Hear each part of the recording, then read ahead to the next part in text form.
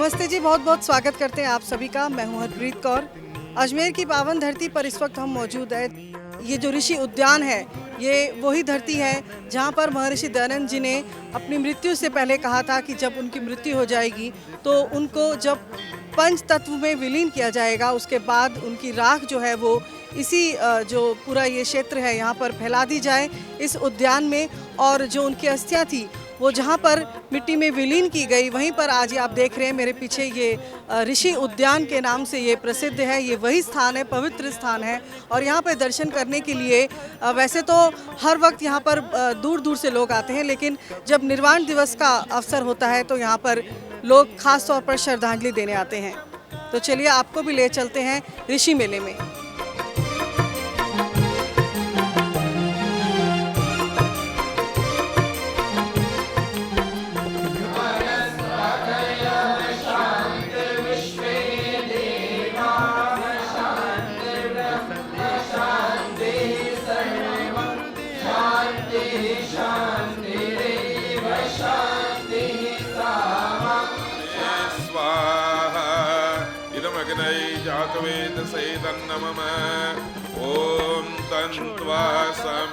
इतने वर्षों में जो कुछ कार्य पिछले सभी अधिकारियों ने और वर्तमान अधिकारी कर रहे हैं, देखकर मेरा मन गदगद है। और मैं अनुभव कर पा रहा हूँ, जैसे अभी कहा जा रहा था कि मैं उस परिवार से हूँ, जैसे ताऊ जी गजानन जी, ताऊ जी फूलचंद जी, चाचा जी सत्यानंद आर्य जी, सभी परिवार के सदस्यों ने जिस तरीके से इसमें अपना अद्भुत योगदान दिया है, उनकी जितनी सराहना की जाए उतनी कम है। और आज के सभी पदाधिकारीगण, मैं सबके नाम लूँगा तो और बहुत वक्त लगेगा, पर सभी पदाधिकारी जिस तरीके से काम कर रहे हैं, अपना पूरा जीवन ही मानो उन्होंने इसके लिए दे रखा है, उन सब की मैं भूरी भूरी प्रशंसा करता हूँ। और मैं विश्वास दिलाता हूँ आप सभी को, मुझसे जो कुछ हो सकेगा मैं अवश्य करूँगा और आपके साथ जुड़ा रहूँगा। बहुत बहुत धन्यवाद।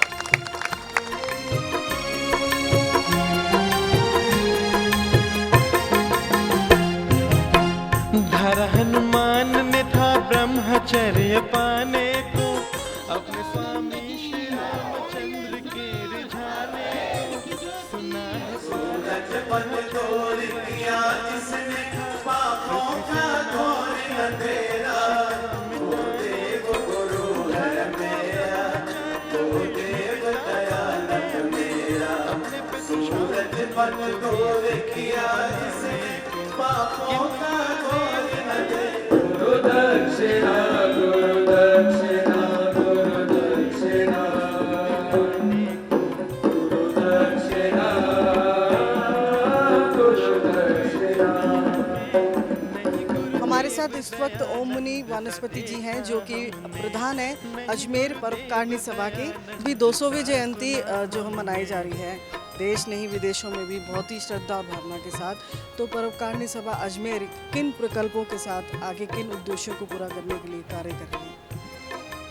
सबसे बड़ा प्रकल्प है कि ऋषि दयानंद के कार्यों को हम आगे कैसे बढ़ा सकते हैं, क्योंकि ऋषि के कार्य बढ़ेंगे, ऋषि के विचार बढ़ेंगे तो आर्यजन बढ़ेंगे। यदि उनके विचार न बढ़े तो काम नहीं होगा। और उस दृष्टि से हमने यहाँ उपदेशक विद्यालय खोलने की घोषणा की है, और वो उपदेशक विद्यालय शीघ्र ही प्रारंभ हो जाएगा। और उसका कार्य प्रारंभ होने के बाद में जब उपदेशक तैयार होंगे तो ऋषि की विचारधारा गांव-गांव, शहर-शहर, ढाणी-ढाणी पहुंचेगी। और सबसे बड़ी प्रसन्नता की बात यह है कि प्रशासन ने इस मेले को, पुष्कर के मेले और मुसलमानों के जो मेला लगता है यहाँ दरगाह का, उस मेले के बराबर जैसे वहाँ व्यवस्था सरकार देती है, उन्होंने घोषणा की है कि आगे से हम वो सारी व्यवस्थाएं इस मेले के लिए भी करेंगे। और एक नोडल ऑफिसर भी हमारे नियुक्त किया है। इतनी सुंदर व्यवस्था खाने की, रहने की, ठहरने की, स्नान घर की, और यहाँ जो भोजन की उत्तम व्यवस्था है, यज्ञशाला की। यहाँ सभी आसपास के जितने गुरुकुल हैं, सभी के ब्रह्मचारी जी आए हुए हैं, ब्रह्मचारिणियाँ आई हुई हैं, अध्यापक वर्ग, आचार्य वर्ग, सब स्नातिकाएँ आई हुई हैं। हम जो है सभी व्यक्ति यहाँ पर आए मेले में, तो यहाँ से एक संकल्प लेके जाएंगे कि हमें जो है एक एक व्यक्ति जो है इस समाज के साथ जोड़ना पड़ेगा, तब ये देश जो है हमारा आर्यवर्त देश कहलाएगा।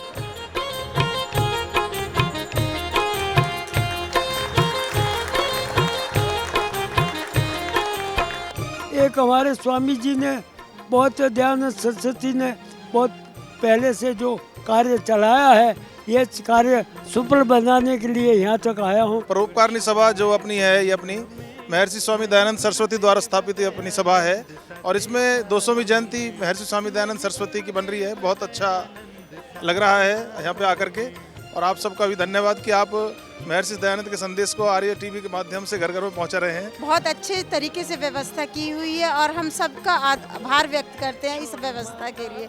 फरीदाबाद से आए हैं, हमें बहुत अच्छा लग रहा है। पहले भी आए थे, अभी भी इतनी अच्छी व्यवस्था और इतना सुंदर कार्यक्रम। ऋषि जी की जय। आना सागर झील है और ये करीब 13 किलोमीटर फैली हुई है और बहुत ही सुंदर पहाड़ियों से ये घिरी हुई है। आना सागर झील ऋषि उद्यान की शोभा बढ़ाती है और जब भी यहाँ पर आर्यजन आते हैं तो इस झील का आनंद ज़रूर लेते हैं। यहाँ झील के आसपास घूमकर यहाँ का आनंद लेते हैं। हर साल यहाँ आता हूँ। 1983 में यहाँ जनमेद इतनी ज़्यादा थी, लगभग 7 लाख लोग थे और उस समय से मैं यहाँ आता हूँ ऋषि की श्रद्धांजलि देने के लिए। हम यहाँ के व्यवस्थापकों को धन्यवाद देते हैं और आर्य संदेश का कार्यक्रम हम लोग YouTube पर सुनते हैं और जो इसमें कार्यक्रम आते हैं वो बड़े सुंदर और सराहनीय हैं। इससे आर्य समाज का विकास होगा। बच्चों में बहुत ही उत्साह है, बच्चे बहुत खुश हैं। महर्षि दयानंद जी के ये जो निर्वाण दिवस के उपलक्ष्य पे मेला लगा है अजमेर में, बच्चों से जानते हैं कि वो कितना उनमें उत्साह है और कैसे प्रबंध उनको लग रहे हैं। आपका शुभ नाम? मेरा नाम धर्मवीर है, मैं कक्षा 8 में पढ़ता हूँ। मेरे विद्यालय का नाम आर्यस्थली विद्यापीठ बेनीसर है। मैं बीकानेर जिले का रहने वाला हूँ। मैं मेरे गुरुजी के साथ ऋषि मेले में आया हूँ। यहाँ बहुत अच्छी व्यवस्था है और हमें व्यायाम भी सिखाया गया है। ये जो संगम आप देख रहे हैं वैदिक विद्वानों का, इस संगम में यदि हमारे बच्चे डुबकी नहीं लगाएंगे तो बच्चे क्या सीखेंगे कि आगे जाके हमारे साथ चलने का जो वेद का जो आदेश है तो उसको बच्चे नहीं ले पाएंगे। इसलिए हम वहाँ से यहाँ भी बच्चों को लाए हैं। गुरुजी, कुछ बच्चे मैंने सुना आपके यहाँ ऐसे भी हैं जो पाकिस्तान से आए थे और उनको भी आपने शिक्षा दी है, उनके बारे में कुछ बताएं। विशेष इनको ट्रेनिंग दी है तो इनको ये न लगे कि हम किसी दूसरे देश में आए हैं। ये सनातनी परंपरा रहती है कि जब भी कोई अतिथि आता है तो उस अतिथि को हम हमारे हृदय से अधिक महत्व देते हैं और भले ही हमारी जान चली जाए, आर्यवर्त ये कहता है हमारी भले जान चली जाए, इनकी सुरक्षा, इनकी व्यवस्था पे हम पूरा फोकस करेंगे। इसीलिए इन बच्चों को विशेष हमने स्नेह से रखा है और ट्रेनिंग दी है। तो बच्चे भी हमारे साथ हैं, उनसे बात करते हैं। बेटा आपका शुभ नाम? मेरा नाम नविता है, मैं जोधपुर से आ रखी हूँ और पाकिस्तान से आए हुए हमारे लगभग 12 साल हो गए हैं यहाँ पे मतलब हमें ऋषि, पहले तो ऋषि सम्मेलन में अभी आए हैं। पहले हम लाठी तलवार वगैरह सीखते थे, मतलब हमारे भागचंद जी गुरु जी है वो सिखाते। आज के युग में हमें लाठी तलवार भाला सीखना बहुत ही ज़रूरी है, तो इसलिए समाज के साथ जुड़कर आपको मान महसूस होता है? हाँ, बहुत ही अच्छा लगता है। मैं आर्य समाज के साथ जुड़ के, मैं छोटी सी थी 7th ईयर की, तब जुड़ी थी इस समाज से और अभी मैं 18 साल की हूँ। पाकिस्तान में था तब आप पढ़ते थे गुरु दयानंद के? नहीं जी नहीं, हम यहाँ किसी के नहीं। महिलाओं की जो स्थिति है उसको ऊपर उठाने के लिए जो महर्षि ने जो कदम उठाया, हम ये चाहते हैं कि हमारी जो बच्चियां हैं हर साल यहाँ आती है, हर साल शिविर में जाती है, इनको इस तरीके का प्रशिक्षण दिया जाए कि भविष्य में आने वाले समय में जो हालात हम देख रहे हैं उसको ख़त्म कर सके और उनसे लड़ सके, उनका मुकाबला कर सके। हम ये चाहते हैं कि झांसी की रानी से भी ज़्यादा ये मजबूत हो। ऋषि मेले में भोजनशाला में इस वक्त हमें आप देख सकते हैं कि कितनी लंबी कतारें हैं और पूरी व्यवस्था की गई है। ये जो व्यवस्था है ये दिल्ली आर्य प्रतिनिधि सभा की ओर से व्यवस्थाओं का जो है वो जिम्मेवारी संभाल रहे हैं और साथ में ये परोपकारिणी सभा अजमेर और उनकी तरफ से पूरा ये आयोजन किया गया है और साथ ही JBM ग्रुप और नील फाउंडेशन की ओर से ऋषि मेले में ये जो लंगर की व्यवस्था है, भोजन की व्यवस्था है, ये की गई है। पूरा सहयोग है उनका। और दिल्ली आर्य प्रतिनिधि सभा की ओर से हमारे साथ कुछ अधिकारीगण हैं, उनसे बात करते हैं। लगभग 10-11 हज़ार लोग यहाँ पे उपस्थित हो जाते हैं और बड़ी सुचारू और सुंदर व्यवस्था। पूरा यहाँ पे जितने भी लोग हैं उनका भी पूरा सहयोग है। किसी प्रकार का कोई भी गंद इधर उधर नहीं है। पूरे अनुशासन ढंग से अपना यहाँ कार्य कर रहे हैं और लास्ट मोमेंट तक यहाँ पे अपना गतिविधियाँ चली हैं। JBM चेयरमैन के जो चेयरमैन हैं श्री सुरेंद्र आर्य, उनके सहयोग से उनके आदेश से ये कार्यक्रम भोजन का सारा व्यवस्था की गई है। दिल्ली आर्य प्रतिनिधि सभा ने उसमें अपना सहयोग और उस कार्यक्रम को सुंदर तरीके से और बिना किसी रुकावट के पूरा करने के लिए अपना सेवाएं दी हैं। हाँ, बहुत ही अच्छा, पहली बार आए हैं। हाँ, जयपुर से। हम जयपुर से आए हैं, यहाँ हमें बहुत ही अच्छा लग रहा है, आके हम बहुत ही ज़्यादा खुश हैं। चलिए, अब बहुत दूर दूर से लोग आए हैं। हम जयपुर से आए हैं, 10 लोग आए हैं और यहाँ की जब हमने व्यवस्थाएं देखी तो हमको बहुत अच्छा लगा। हर चीज़ की इतनी अच्छी व्यवस्था है यहाँ पर कि किसी प्रकार की कोई परेशानी नहीं है। खाने में इतनी सुविधा है, नहाने की किसी भी प्रकार की कोई परेशानी नहीं है। यहाँ पर बहुत अच्छा लग रहा है। मैंने यहाँ रोहतक से आई हूँ। यहाँ की मैनेजमेंट काफ़ी अच्छी है। हर बंदा अपना खुद से सेवा करने के भाव से आता है यहाँ। ऋषि जी के स्थान पे आके बहुत अच्छा लगा। जी, हम उत्तर प्रदेश से आए हैं और बहुत अच्छा लग रहा है यहाँ पे आके। सुविधा बहुत अच्छी है, सब कुछ बहुत अच्छा है। विशेष स्थान बनाए गए हैं बैठने के लिए ताकि बच्चों को, बुजुर्गों को, महिलाओं को विशेषता कोई भी दिक्कत ना आए, कोई परेशानी ना आए। यहाँ की व्यवस्था बहुत ही सुंदर, बहुत ही अच्छी है। मुझे इस ऋषि मेला में प्रथम बार आने का अवसर प्रदान हुआ है। परम पिता परमात्मा की कृपा हुई हम पर। स्थापकों का बहुत बहुत धन्यवाद, आभार, जिन्होंने इतना बड़ा कार्यक्रम को बनाकर सफल बनाया है और हम उनके भविष्य की कामना करते हैं। बहुत बहुत धन्यवाद सभी का। भोजन कैसा लग रहा है? बहुत टेस्टी, बहुत सात्विक है और बहुत अच्छा है। ऋषि उद्यान का प्रत्येक कार्यक्रम बहुत ही सुंदर सुनियोजित ढंग से हो रहा है। सभी आयोजकों के लिए धन्यवाद। इसमें कचौड़ियाँ हैं, उपमा है और ये हलवा है। सभी बड़े स्वादिष्ट और पौष्टिक हैं। सभी खा करके संतुष्ट हैं और सभी प्रसन्न चित्त हैं। हमें यहाँ पे देख के बहुत बड़ी खुशी हो रही है कि हमारे आर्य जनता से कितने सारे लोग जुड़े हुए हैं। हमें बहुत ही अच्छा लग रहा है। पहले भी एक दफ़ा हम 20 साल पहले लगभग ऋषि उद्यान में आए थे। उसके बाद आकर के यहाँ देखा बहुत तरक्की हो चुकी है और ये जो व्यवस्था की गई है ये प्रशंसनीय है। इसमें कोई किसी प्रकार की त्रुटि नहीं है। यहाँ जो लोग भोजन कर रहे हैं, नाश्ता भी कर रहे हैं, तो सारे व्यवस्थित ढंग से बैठकर कर रहे हैं और अच्छा सा भोजन भी अच्छा सा बना रखा है। यहाँ स्वामी जी की जो प्रसाद है वो बहुत ही अच्छी बनती है यहाँ। और हमारे ऋषि मुनि जो बाहर से आए हुए हैं वो भी एक सही ढंग से व्यवस्था से आगे बढ़कर नाश्ता कर रहे हैं।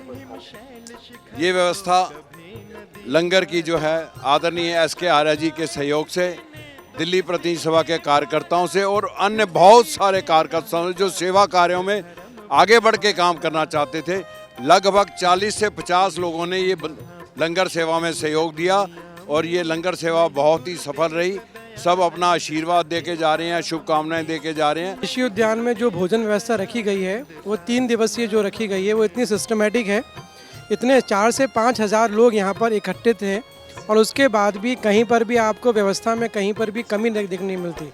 और 3 दिन में प्रातराश से लेकर भोजन, ये दोनों ही क्वालिटी वाइज बहुत अच्छे हैं। पहले तो लगा था बहुत बोर होऊंगा मैं, बहुत कम लोग होंगे, पर फिर मैंने देखा यहाँ की व्यवस्था, यहाँ का पंडाल का सिस्टम है वो मुझे बहुत अच्छा लगा। और 4 से 5 हज़ार लोगों के लिए ये व्यवस्था करना बहुत बड़ी बात है। और भोजन की अगर मैं बात करूँ तो बहुत अच्छी तरीके से परोसा गया और भोजन भी अच्छा है। ओम जी, आर्य संदेश टीवी का आपका बहुत हृदय से स्वागत करता हूँ। ऋषि दयानंद की 200 वर्ष की जयंती पर ऋषि मेले के अंदर हम सब परिवार सहित यहाँ पर आए हुए हैं। इस वैदिक सिद्धांत को हमने जीवन के अंदर उतार कर ऐसा महसूस किया है कि स्वर्ग की धरती के अंदर हम प्रवेश हो गए हैं। और ऋषि कहते हैं कि या तो अपने घर को गुरुकुल बनाओ, या किसी बच्चे को गुरुकुल ले लो, या किसी जगह गुरुकुल बनाओ। तो हमने ये तीनों चीज़ सिद्ध की हैं। ये गुरुकुल बन रहा है, बच्चों को गुरुकुल भेजा है और परिवार के अंदर गुरुकुल की व्यवस्था बना दी है। प्रातः समय पर उठना और दैनिक यज्ञ करके हम हमारा नित्य कर्म करते हैं। और दुकान में मेरी पूनम साड़ी सेंटर की भी दुकान है, 30-35 का स्टाफ है, उन्होंने भी यज्ञ करके अपना काउंटर संभालते हैं। हमें ऋषि के ऋण से और ऋण होना है, तो यहाँ से प्रेरणा लेके जाएं कि हम घर घर में यज्ञ पहुँचाएं और ऋषि के संदेश को पहुँचाएं कि वो वेदों की ओर लौटें। हमारा मुख्य जो उद्देश्य हो वो अपने सत्य सनातन वैदिक धर्म को वापस हम उसमें लाएं जो पूर्व काल में था। तो एक और गुरुकुल है जो हमारे साथ ये विद्यार्थी हैं और इस ऋषि मेले में आए हैं।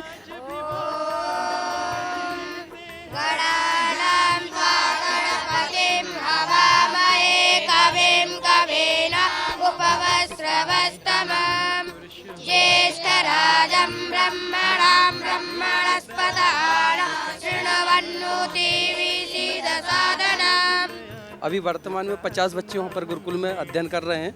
मध्य प्रदेश संस्कृत बोर्ड का सिलेबस से लगा हुआ है, बाकी गुरुकुल की पूरी दिनचर्या है।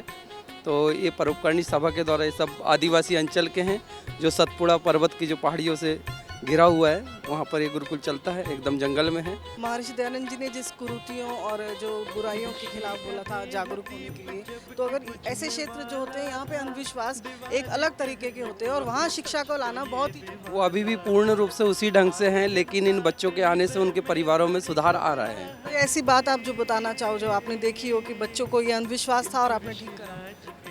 हाँ, अभी तक ये था कि बच्चों में डर था, एक माहौल था कि बच्चे बाहर नहीं निकलते थे, आदिवासी बच्चे, कि कहीं हम बाहर जाएंगे तो हमको बेच देंगे या कोई दूसरे ऐसा कर लेंगे। तो वो डर धीरे धीरे बच्चों में, गांव के लोग भी जुड़ रहे हैं और बच्चों को शिक्षा की ओर प्रेरित करने के लिए गुरुकुल के लिए तैयार हो रहे हैं, इसलिए हैं। शिक्षा काम आ रही है आगे इनको ले जाने में। तो कुछ खाने पीने में, रहन सहन में इनका कोई ऐसा अंधविश्वास हो आपको लगा हो कि इन्होंने अब उस पर पार पा लिया और शिक्षा से इनको काम आया है? खाने पीने में इनका बहुत सुधार हुआ है, सब मांसाहारी हो सकते थे और इनकी दिनचर्या आदि बहुत ख़राब थी, लेकिन बच्चे सब ठीक हो गए, उनको अच्छा माहौल मिल रहा है। छोटे बच्चे, इससे भी छोटे बच्चे हमारे पास 5 साल से लेके 12 साल तक के बच्चे हैं। शाकाहारी होने पर हमें ये लाभ हुआ है कि हम मांसाहारी नहीं है, हम शाकाहारी है और हमारे शरीर को बहुत ऊर्जा मिल रही है और शक्ति मिल रही है। चाहे स्वतंत्रता का आंदोलन रहा है या देश के इतिहास में कोई भी आंदोलन रहा है, उसमें बढ़ चढ़ कर हिस्सा जो लिया है वो आर्य समाजियों ने ही लिया है और इस चीज़ को हमें आगे भी बढ़ाना है और उसी का कार्य हमारी आर्य प्रतिनिधि सभा, हमारी आर्य परोपकारिणी सभा सभी मिलके कर रही हैं। और इसी तरह से ये सब बुक्स की स्टॉल वगैरह भी लगी हुई हैं। ऋषि के जो साहित्य था उसको इन्होंने प्रकाशित किया। जब ये पुस्तक देखी है मुझे बहुत अच्छी लगी है और बहुत कम मूल्य की पुस्तक है, सिर्फ 20 रुपए की है। आज हम अगर मानव जीवन को बचाना चाहते हैं तो हमें प्राकृतिक खेती की ओर लौटना चाहिए, क्योंकि पेस्टिसाइड हमारे मानव जीवन को धीरे धीरे जहर की घोलते हुए सब खत्म कर रहे जा रहे हैं। और अभी हमारे इस मेले में गुजरात प्रांत के राज्यपाल श्री देवव्रत जी आए थे, उन्होंने भी इसी प्राकृतिक खेती पर विशेष रूप से बल दिया है कि हम इस ओर लौटें। महर्षि दयानंद सरस्वती जी ने हिंदी में इसका रचना की थी 150 साल पहले। ये दुनिया के 24 भाषाओं में अनुवाद हुई है। इंग्लिश में भी पहले भी हुई थी, थोड़ा कठिन भाषा थी 1906 1908 उस समय पे। अभी इसको सरल भाषा में अभी सामान्य व्यक्ति भी जो 10वीं 11वीं पढ़ के आता है उसको भी समझ में है, इस भाषा में हमने सरलतम भाषा में अनुवाद किया है। मेरा मुख्य काम है जगह जगह घूमना, प्रचार करना और कोई भी किसी को बीमारी हो, किसी को रहने को, किसी प्रॉब्लम, मैं आर्य समाज सेक्टर 22 का प्रचार मंत्री हूँ, वहाँ पे ठहराने देता हूँ। हम यहाँ पर आए हैं महर्षि दयानंद जी की 200वीं जयंती के उपलक्ष्य में ऋषि मेले में आए। तो महर्षि दयानंद जी की जो पुस्तक है इस पर 50% हमें डिस्काउंट भी मिल रहा है और बहुत ही अच्छी पुस्तक है। इसे मुझे तो लगता है कि पढ़ने में बहुत ही अच्छी होगी। और यहाँ पर जो हमारे आज की जो सबसे बड़ी समस्या है, किसी भी देश को नष्ट करना है तो उसकी युवा पीढ़ी को बिगाड़ दो, तो युवा पीढ़ी अगर बिगड़ गई तो देश अपने आप नष्ट हो जाएगा। तो इसके लिए ये नशा कैसा है, ये नशा कैसा है, बहुत ही अच्छी पुस्तक लगी मुझे तो, कि युवा तो दोषी बिल्कुल नहीं, फिर अपराधी कौन। तो ये मैं पढ़ना चाहूँगी इसे और जानना चाहूँगी कि आखिर युवाओं को बिगाड़ कौन रहा है। बहुत अच्छा माध्यम है प्रचार का। ये हमने जो ये लगाया यहाँ पे दिल्ली आर्य सभा की तरफ से है और ये हमारा भारतीय हिंदू शुद्धि सभा की तरफ से। इसका मुख्य उद्देश्य है कि जो विधर्मी लोग हैं, जो हमारे से अलग हो गए थे, वो हमारे अपने धर्म में, अपने घर में दोबारा आ जाएं। क्या परेशानी है? जब हमारे बच्चों के जन्म दिवस होते हैं तो हम क्या करते हैं कि उनको चॉकलेट, टॉफ़ियाँ, पेंसिल वगैरह भेजते हैं, और अगर उनकी जगह पे हम जो पुस्तकें आर्ष प्रकाशन ने छाप रखी हैं वो पुस्तकें उनको दें, बच्चों की पुस्तकें हैं, वो एक विशेष सेट बनाए तो उससे प्रभाव पड़ेगा। आयुर्वेद की जो औषधियाँ होती है ये समूल रोग का नाश करती है, और इसका साइड जाए ज़्यादा हो जाए या कमी औषधि ले, लेकिन शरीर पर कोई उसका विपरीत परिणाम नहीं होता है। ये सन 2025 का कैलेंडर है। इसमें इसका नाम हमने दिया है तिथि पत्र, और अंक जो हैं सब हिंदी में है। स्वामी दयानंद के असली चित्र है, कौन सा चित्र कब लिया गया उसका भी वर्णन है इसमें, और 10 चित्र जो हैं स्वामी जी के असली मिलते हैं, वो 10 चित्र इसमें प्रदर्शित किए गए हैं। ये 10 चित्र संक्षेप में है। ये वर्ष समाप्त होने के बाद आप इनको मढ़वा भी सकते हैं, उसी दृष्टि से ये तैयार किया गया है।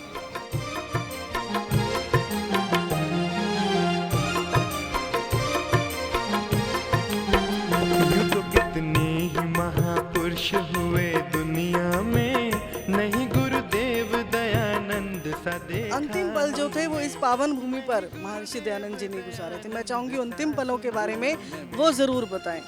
देखिए, महर्षि दयानंद का अजमेर में ही निर्वाण हुआ था, और ऋषि दयानंद ने अपनी पुस्तकों में जगह जगह लिखा, अपने विचारों में जगह जगह कहा कि मनुष्य के मरने के बाद लोग इनकी भस्मी, उनकी जो है अस्थियां, ये गंगा में बहाता है, कुछ पानी में डालता है। तो उन्होंने लिखा कि मेरी अस्थियां कहीं पानी में, गंगा में नहीं डालना, कहीं, क्योंकि उससे पानी खराब होगा। मेरी अस्थियां खेतों में बखेर देना, मेरी राख खेतों में बखेर देना, ताकि अनाज के कुछ दाने अधिक पैदा हो, राष्ट्र के काम आए। और उसी को देखते हुए जब स्वामी जी की मृत्यु हो गई तो उस समय में मीटिंग हुई थी, और उस मीटिंग में ये आया कि भाई स्वामी जी ने ये लिखा है, तो हमारे पास में ये अस्थियां और जो राख है इनको हमने संजो के रखी हुई है, इसको कहाँ डालें। तो उस समय में सर नाहर सिंह जी जो शाहपुराधीश थे, उन्होंने कहा कि भाई देखो ज़मीन नहीं है तो कहाँ डालें। तो उन्होंने कहा मेरा बाग है, ये शाहपुरा का बाग कहलाता था। उन्होंने कहा ये बाग मैं आज परोपकारिणी सभा को दान दे देता हूँ, आज से ये जो है सारा का सारा बाग जो है शाहपुरा का नहीं रहेगा, ये परोपकारिणी सभा का बाग रहेगा। और यहीं इस बाग में यहीं अस्थियाँ राख सारी बखेरी गई है। तो ये पावन जगह, ये यज्ञशाला भी वो पावन स्थान है जहाँ हम यज्ञ कर रहे हैं, या ऋषि दयानंद की वो सारी राख सारी। गुरुवर, आप जैसे जो भी वरिष्ठ हैं इस कार्य कर रहे हैं, जो आर्यजन, उनका जो तजुर्बा है वो तो ज़रूरत है। अब अगली पीढ़ी को आप आगे कैसे कहेंगे कि वो आगे लेकर जाएं गुरु के उपदेश को? देखिए, ऋषि दयानंद ने एक जब उदयपुर में इस संस्था की स्थापना की तो 23 आदमी लिए थे इसमें। वो संविधान और वो सदस्यता केवल 23 हैं, आज भी वही है। जब एक की मृत्यु हो जाती है तो हम दूसरा ले लेते हैं, और काम हो रहा है। और हम अब ये कोशिश करते हैं कि नौजवानों को लाएं उसमें, ताकि काम बढ़ता रहे। हालांकि मैं इस बात को भी मानता हूँ कि शरीर से बूढ़ा भले ही हो जाए, दिल से बूढ़ा नहीं होना चाहिए। और वो आप देख रहे हैं कि हम काम कर रहे हैं। आपके कार्य को सादर प्रणाम, बहुत बहुत नमस्ते, धन्यवाद।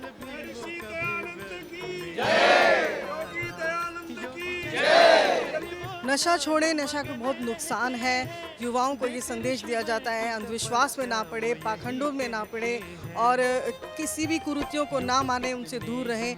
जैसे कि महर्षि दयानंद जी ने हमें ये संदेश दिया कि हम कुरीतियों से दूर रहें, उनके खिलाफ बोले, असत्य के खिलाफ बोलें।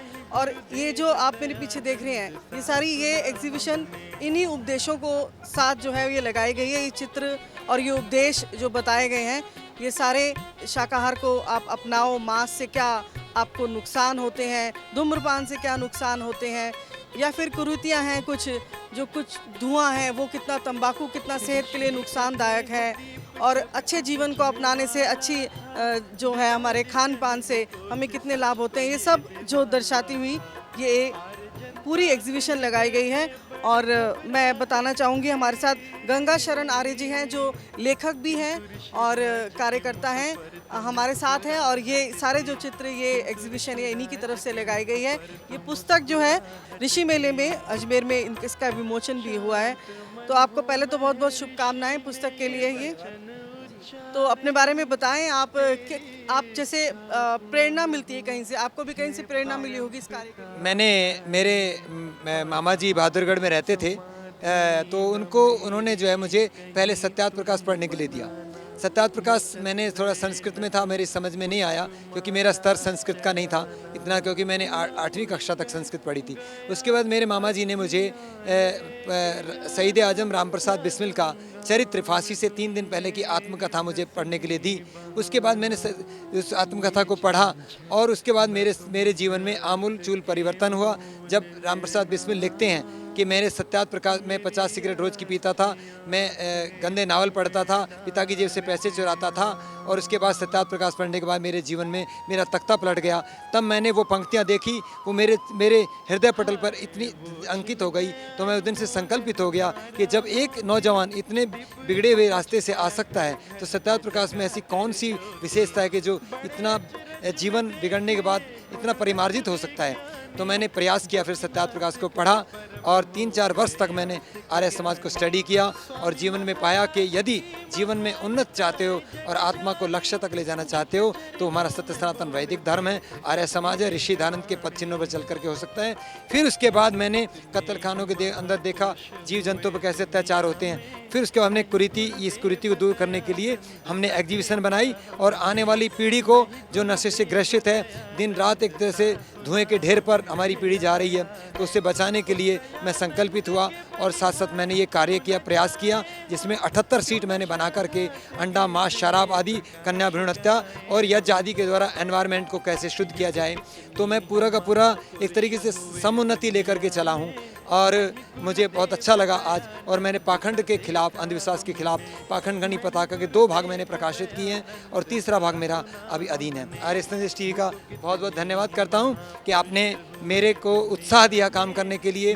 गुरुदेव दयानंद सदैव